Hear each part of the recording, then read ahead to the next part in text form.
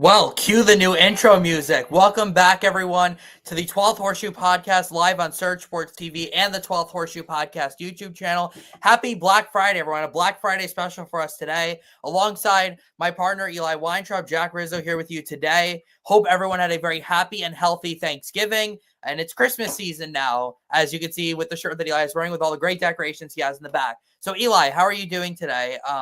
Happy Black Friday, and it's Christmas season now. The deals are horrible today, but other than that, doing good. And I know people are like, what are you talking about? These like the best deal for deals.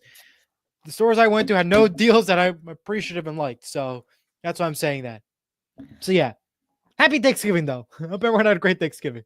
Yep, hope everyone had a great Thanksgiving, and let's get right to it. So we are in week 13 of the NFL season, and Eli, we have already had a couple of games played because of the Thanksgiving triple header special that we. Yep, it was. Now, here's a fun fact, Eli. So the NFL started doing 3 games on Thanksgiving in 2006. This is only the second time since 2006 that all 3 home teams have won on Thanksgiving. So pretty impressive there. We have a comment from Swinging for the Fences, aka George Sewell. Gentlemen, happy late Thanksgiving. Yes, happy late Thanksgiving, George. Hope you had a great time. I know you're probably praying for Juan Soto to go back to the Yankees, but we'll just see how that ends up playing out. Let's get right to it, Eli. Let's start off with the first game on Thanksgiving, and it was a close one, Eli, as it usually is with these NFC North games. The Lions defeated the Bears at home 23-20. The first win for the Detroit Lions on Thanksgiving since 2016. Sam Laporta with 2 touchdowns. The Bears, Eli, oh my goodness, 30 seconds left, you get sacked, and you let the clock run all the way down. You don't use the timeout, and the game ends. They just keep finding more amazing ways, Eli, to lose these games. The 10th straight win for the Lions, 6th straight loss for Chicago, and Matt Eberflus is out as the Bears head coach after 2+ seasons, 14-32 record. Offensive coordinator Thomas Brown takes over as the interim head coach. Eli, what were your overall thoughts on this game? Very close game. We both got the pick right.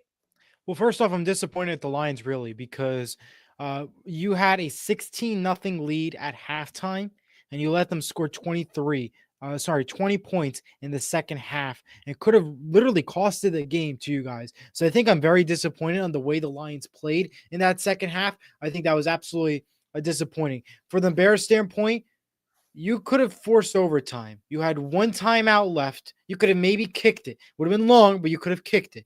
You could have tried a miracle Hail Mary play. Instead, you watched the time go down as you're watching the ball drop on New Year's Eve into New Year's Day.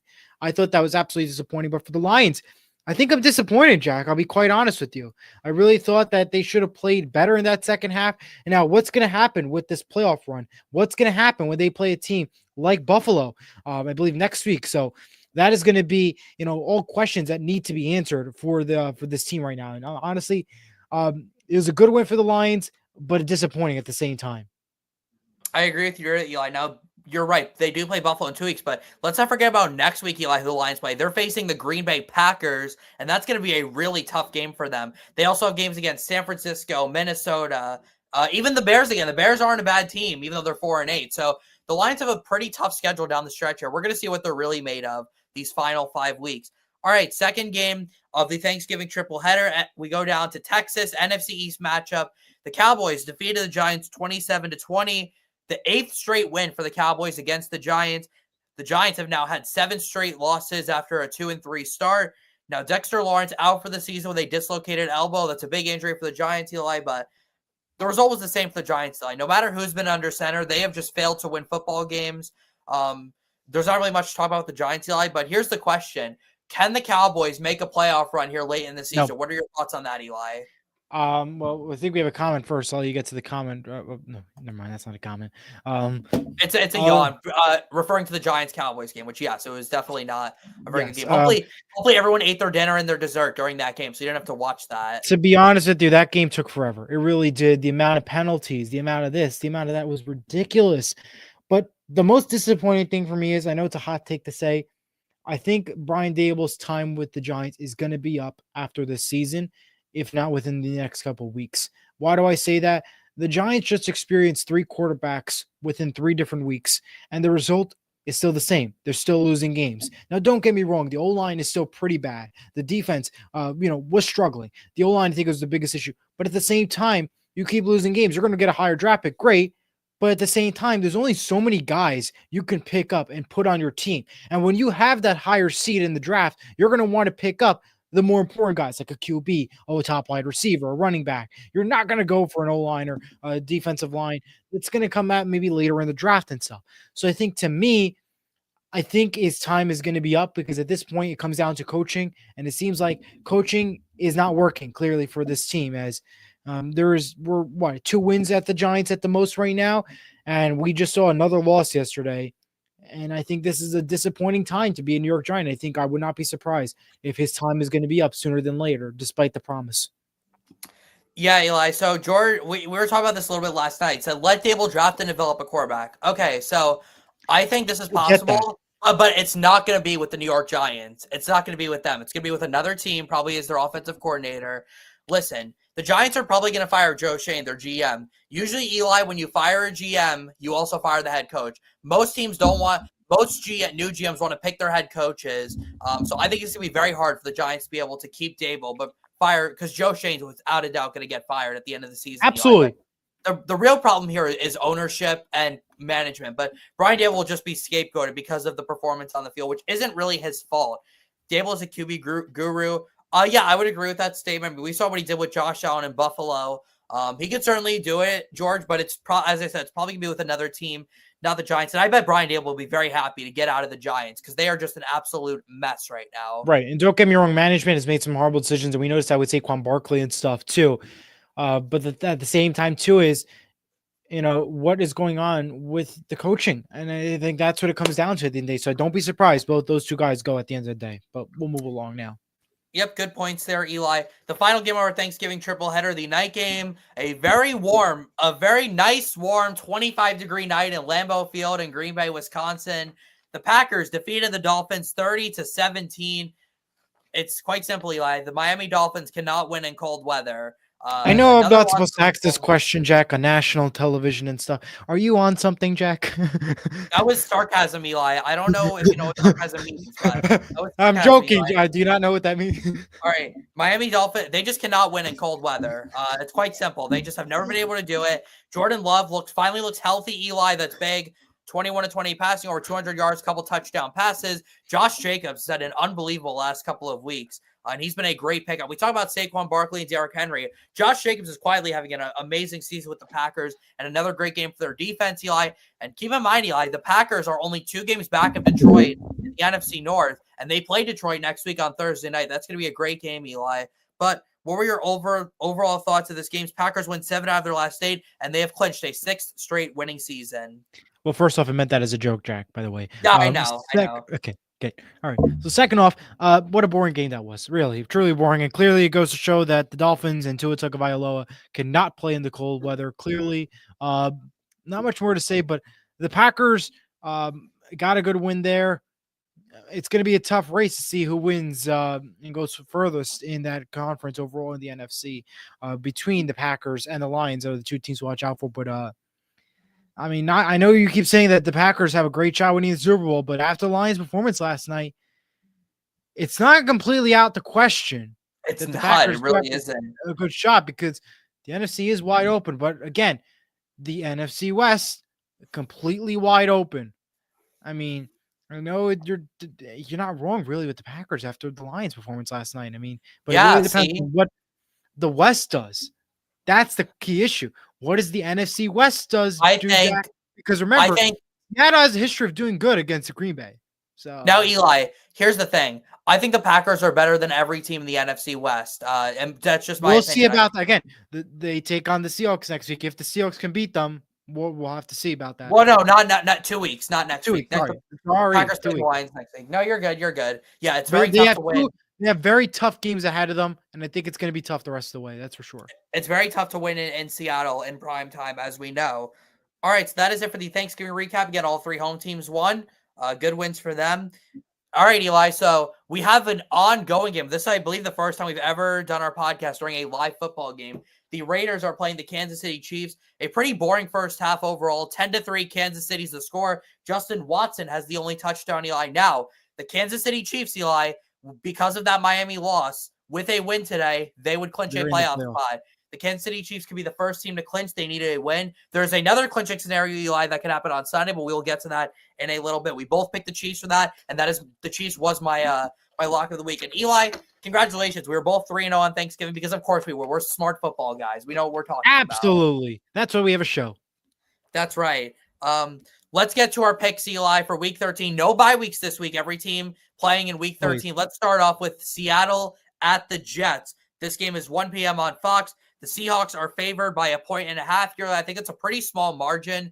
You know, Eli, it could be a trap game. I mean, hey, the Jets are coming off their bye week, but I just can't see it, Eli. The Jets' O-line has been absolutely atrocious this year.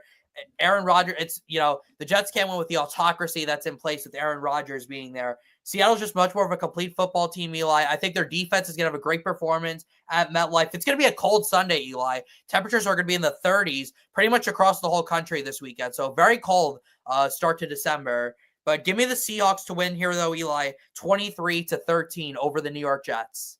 If you think of picking against them, you're absolutely insane. Lock of the week, give me the Seattle Seahawks 26-17. I like that, Eli. I bet George, who's a Jets fan, will still also be picking the Seahawks because the Jets are just not very good. Next up, this is actually a pretty big game, Eli. Chargers at the Falcons, 1 p.m. on CBS.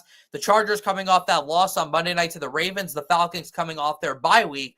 LA favored by 1.5 points, just like Seattle is. I think it's going to be an interesting game, Eli, but I'm going to be honest. I just am not a fan of this Atlanta Falcons team. No. I don't like the way they've played all season. They've looked pretty fraudulent. I just don't really buy them. I think their defense has been super disappointing, and I don't think Kirk Cousins' success is going to last through the rest of the season, Eli. I don't even think they're 6-5. They're in first place right now, but not for long, Eli, because there's another team in the NFC South who's about to overtake them and win their 4th straight division title, but we'll get to that in a second. Either way, though, Eli, give me the LA Chargers to win here, 27-17 over the Falcons. Jim Harbaugh, company, they get a nice big bounce back win, Eli, but there is no J.K. Dobbins for the Chargers on Sunday. That is a massive loss for them. Absolutely. That's going to be pretty big, and not super excited for this game, but we're going to see how that plays out overall, though. But I'm going to take in this game the Chargers here, 22-18. Not my favorite game of the week. It's going to be good, but not the best. But 22-18, Chargers. All right, so we agree there with that one, Eli. Next up, Titans at the Commanders, 1 p.m. on CBS. This is actually an interesting game, Eli. I know the Titans are 3-8 and the Commanders are 7-5, but let's be honest here, Eli. Fox. Oh, are they on? They're really? Oh, I'm sorry. So. No, I'm pretty sure they're on CBS. Unless they are CBS. Maybe I'm wrong. I got the thing wrong. Well, I'll check because honestly, you're questioning me now. No, they are on CBS. Oh, okay. I mean, I wrote it wrong then. Oh yeah, I did. That's right. That's right. It might have gotten fixed it might have gotten like a small flex, but either way, Tennessee and Washington. The Titans coming off that big win over the Texans last Sunday. Oh, George says I'll be there, obviously referring to the Seahawks Jets game. Have fun, George. We'll see if the Jets actually win this time. But either way, the Commanders, Eli, are only a 5.5 point favorite against the 3-8 Tennessee Titans team. But Eli, this 3-8 Titans team has played well the last couple weeks. They barely lost to Minnesota in Week 11, and then they beat the first place Houston Texans last week.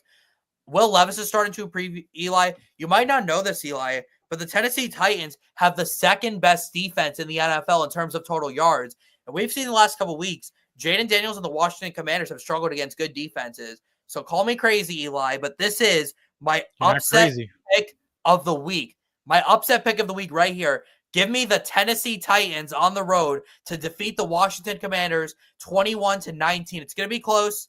I might be a little crazy picking it, but I really think that with that defense and with Will Levis's improved play, I think the Titans get a big win here on the road.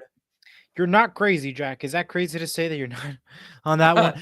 And the reason I'm saying this is because the spread. I think it has to do with the spread, but I am going to take the Commanders here, and the Eli score 26-23. I think it's going to be a close game here, but I don't know. I just think that The Commanders should have it. They need a win. Well, that is the Eli score, of course. As we know, that the Eli score, picked it every week this season. Please keep picking it, Eli. I love the Eli. We all love the Eli score. Next up, we have the Colts at the Patriots, 1 p.m. on CBS. This game taking place in Foxborough. The Colts are favored by 2.5 here, Eli. I know what you're going to say. I know you're going to say, oh, every team who plays the Lions loses the next week, Eli, but I just can't buy it this week. I've got my Colts winning 23-20. So it's going to be, all right, listen, I only have the Colts winning by 1, but listen, we saw what the Patriots have not looked good the last couple weeks. They got blown out by the Dolphins. The Patriots defense, which is usually very solid, has just not played well this season. And the Patriots offensive line, Eli, it might actually be worse than the Giants offensive line, and that's hard to do. The Colts defensive line is healthy, really for the first time all season. I think they're going to get a lot of sacks on Drake May. And the Colts, I think, are going to get their first win in Foxborough in 18 years. They've not won in New England since 2006, but I think that changes on Sunday. Give me the Indianapolis Colts over the Patriots. Yeah, no, I'm still a big fan of this Lions. Once you play them, you're going to lose them next week, as long as if they win. So for those reasons, for my upset pick of the week, give me the Patriots 25-22. Okay. Next up, we have the Texans at the Jaguars, 1 p.m. on Fox, not CBS. I checked that Yep, game I is just on changed Fox. it. Yep, I changed it all. Yep. All right, good. So Houston is favored, Eli, by 5.5. I'm taking the Texans here, Eli, but I'm only taking them by 2 points. Give me Houston 20-18 because they have just not looked very good the last few weeks. That offensive line is struggling. CJ Stroud is struggling himself. Like, this is just not a very strong football team, Eli. And I think the Jaguars, coming off their bye in a game where they have nothing to lose, are going to throw the kitchen sink at the Houston Texans. I think the Texans will come out on top, Eli, but I think the Texans, it's not a lock, Eli, they're going to win this division. They need to start playing better football, Eli. And This is a get-right game for them. And maybe this will be Doug Peterson's last game, Eli. I've been saying it for a while, but maybe this will actually be his last game. But give me the Texans on the road. Could be right. I mean, you're not wrong lately with this team and the way they've been playing. But to me right now, I think this is going to be a loss for the Jaguars again. And I think it's going to be a win for the Texans. Give me 32-21 for the Texans in the victory. Well, Eli, I believe from what I've seen, I think Jacksonville could be eliminated from the playoffs this weekend if they lose this game. Now, I'm not sure if that's 100% accurate, but they can't catch – they wouldn't be able to catch Houston in the division, so that would be out of question. And wild card, I don't really think there's any possibilities from either because you got the Ravens who already have 7 wins, the Broncos have 7 wins, the Chargers have 7 wins. So it's going to be hard, Eli. We'll just have to see. But yeah, that is certainly a possibility. And I wonder if that would eliminate the Jets too, as long as the Buffalo wins. It's possible. Because they won't win the division, and they have a just as worse of a record as Jacksonville. But the Jets the Jaguars have 1 more loss than the Jets do. Okay. The Jaguars are 2-9. The Jets are 3-8. Basically the same thing, but the Jets can't. I don't think the Jets can be mathematically eliminated this weekend.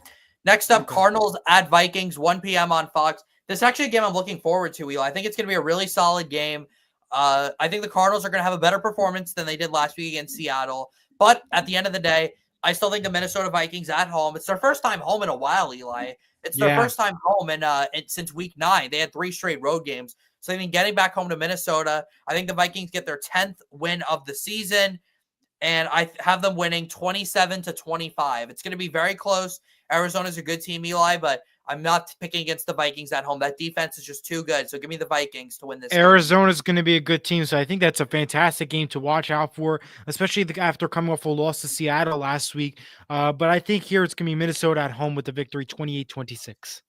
All right, I like it, Eli. The Vikings, by the way, 3.5-point favorites in that one. Next up, Steelers taking on the Bengals in Cincinnati, 1 p.m. on CBS. The Bengals are actually the favorites here in this game by 2.5 points. And I don't really think that's crazy, Eli, because the Bengals, obviously, we know they can score a point. They've been struggling. It's just a matter, though, of how many points they give up. That's really the big question, Eli. Now, the Steelers are coming off that loss to the Browns on Thursday night last week, Eli. But I think with Mike Tomlin at the helm, I expect the Steelers to bounce back, and I expect their fans to show out in Cincinnati, and I expect them to get a very close win here, 23-19, Eli. And it's going to be on the back of 2 touchdowns from Russell Wilson in the red zone. The Steelers have struggled in the red zone this season, Eli, but the Bengals are the 2nd worst red zone defense in the NFL this season. So I think the Steelers finally capitalize in the red zone, and they get their 9th win of the season. They clinched that winning season with Mike Tomlin, yet another one, and they do it over the Bengals 23-19. For here, this game, I'm going to go with the Steelers in the victory 30-27. Bengals have been struggling to get a win here, and I don't think they're going to do it against this very tough Steelers team. Give me Pittsburgh 30-27. That's a pretty high-scoring game, Eli. Now, one thing, Eli, let me ask you a question. How many sacks do you think T.J. Watt will have on Sunday against this horrible Bengals offensive line? I don't know. Maybe 5. Wow, that's a lot of sacks for one player. I have 3 for T.J. Watt. Maybe less. I don't know. I'm gonna just. It's gonna be close, but I think TJ's gonna have a big game though, and it's gonna be huge. I think the Steelers defense is gonna shut down the Bengals offense. That's gonna allow them to win. And we have Kurt Valenti saying, "Happy Thanksgiving, boys." Yeah, happy Thanksgiving to you Happy too. Thanksgiving. Kurt, Thanks for watching. To be on your show. Hope you enjoyed it. Next up, Eli, we are now entering the 4:00 window. 4:05 on Fox. The Tampa Bay Buccaneers are taking on the Carolina Panthers. Tampa Bay favored by 6 points here, Eli. But listen, the Panthers have been playing really well the last couple of weeks. They almost beat the Chiefs. They beat the Giants. They beat the Saints. Bryce Young looks way more comfortable, Eli, now in that Carolina offense. And maybe he is the quarterback of the future for Carolina. They have just looked so much better, Eli. But you know what, though? I love Baker Mayfield, and I love the Tampa Bay Buccaneers. And I think that they're in this division. Yep, she just left. The Buccaneers are going to win this division, and this game is going to be a big reason why, Eli. Give me the Tampa Bay Buccaneers 20-17. I think it's going to be a really solid game, but I think the Buccaneers do just enough to outlast the Carolina Panthers. It's going to be a close game, I think, for sure, considering that the Panthers could have won last week versus Kansas City. It's going to be close for sure, but I'm going to go here with Tampa Bay 21-18. All right, I like it, Eli. One more game, 4:05, or one more game at 4:05 on Fox. Right. Rams at the Saints. LA favored by 2.5, Eli, but I'm going with the upset here. I'm going with the New Orleans Saints at home, 24-20. I think Darren Rizzi's done a great job as the interim coach. They've won back-to-back games. They've had a bye week to prepare for this, Eli. We just talked about the Bucs being in the division race. The Saints aren't out of it yet either with the 4-7 record. They can still come back in this division, and I think they're just going to have a better game, Eli. I think the home field advantage is really going to help them, and I'm just not really a fan of this Rams team, Eli. They've just disappointed me this season, so give me the Saints at home. The Rams lost last week, but I think they're going to bounce back and get a win here because that's, again, one of those wishy-washy teams. So I'm going to take the Rams in this victory here, 30-24. All right, Eli. Game of the week here. It could be game of the season. This is going to be an awesome game. 4:25 on CBS in Baltimore. The Eagles, the first place Philadelphia Eagles, on the road to take on the AFC runner-ups last year, the MVP, Lamar Jackson, and the Baltimore Ravens. This is a standalone game on CBS. I think CBS, Eli, should do what they did with Bills Chiefs and have the CBS crew be live in Baltimore. I know they're doing that for the Lions game. I don't think they're going to do it this week because of travel reasons and because of the Thanksgiving holiday. Either way, Eli, this is going to be an awesome game. The Ravens are 2.5-point favorites here. The Eagles have won 7 straight. The Ravens had a big win on Monday night over the Chargers, Eli. All right, Eli. So before we get to game picks, I'm going to ask you a couple questions. First of all, Saquon Barkley and Derrick Henry, they are both playing like MVPs this season, let alone Offensive Player of the Year. Who do you expect to have the bigger game this week, Saquon Barkley or Derrick Henry? I think it's going to be Saquon Barkley again. Such a power. They really did good last week. He really did good last week, and I think he's going to continue that again. It just depends on what the defenses do on both these teams, but I think Saquon's going to have the better day. Well, Eli, I'm actually going to disagree with you here. I'm going to go with Derrick Henry to have the bigger game because for Saquon Barkley, the Ravens' run defense is really solid, but their pass defense has really struggled this season. So I think Jalen Hurts is going to attack the Ravens more through the air than they are on the ground. So I think Derrick Henry will have the bigger game. And then, Eli, which quarterback are you taking in this one, Jalen Hurts or Lamar Jackson?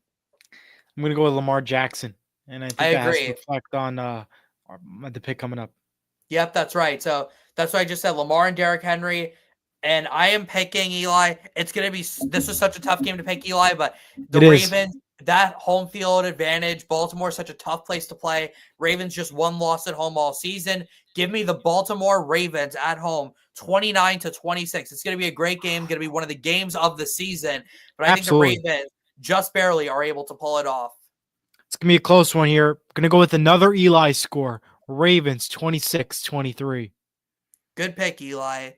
Next up, The Sunday Night Football game, the 49ers taking on the Bills, 8:20 on NBC. The Bills nearly a touchdown favorite. Man, Eli, before the season, this was looking like such a great game, but because of all the injuries the 49ers have It's had, not a good game. now it just doesn't really look like a great game, and that's going to reflect in the storyline. Now, by the way, the Buffalo Bills, yes, the snow is one factor. The Buffalo Bills can clinch the AFC East with a win against San Francisco. That's unheard of. When was the last time we saw a team clinch a division in Week 13 on the first day of December? Well, that is so early to look at the clinch a Jets, division. look at the Patriots, look at the Dolphins. I mean, makes sense.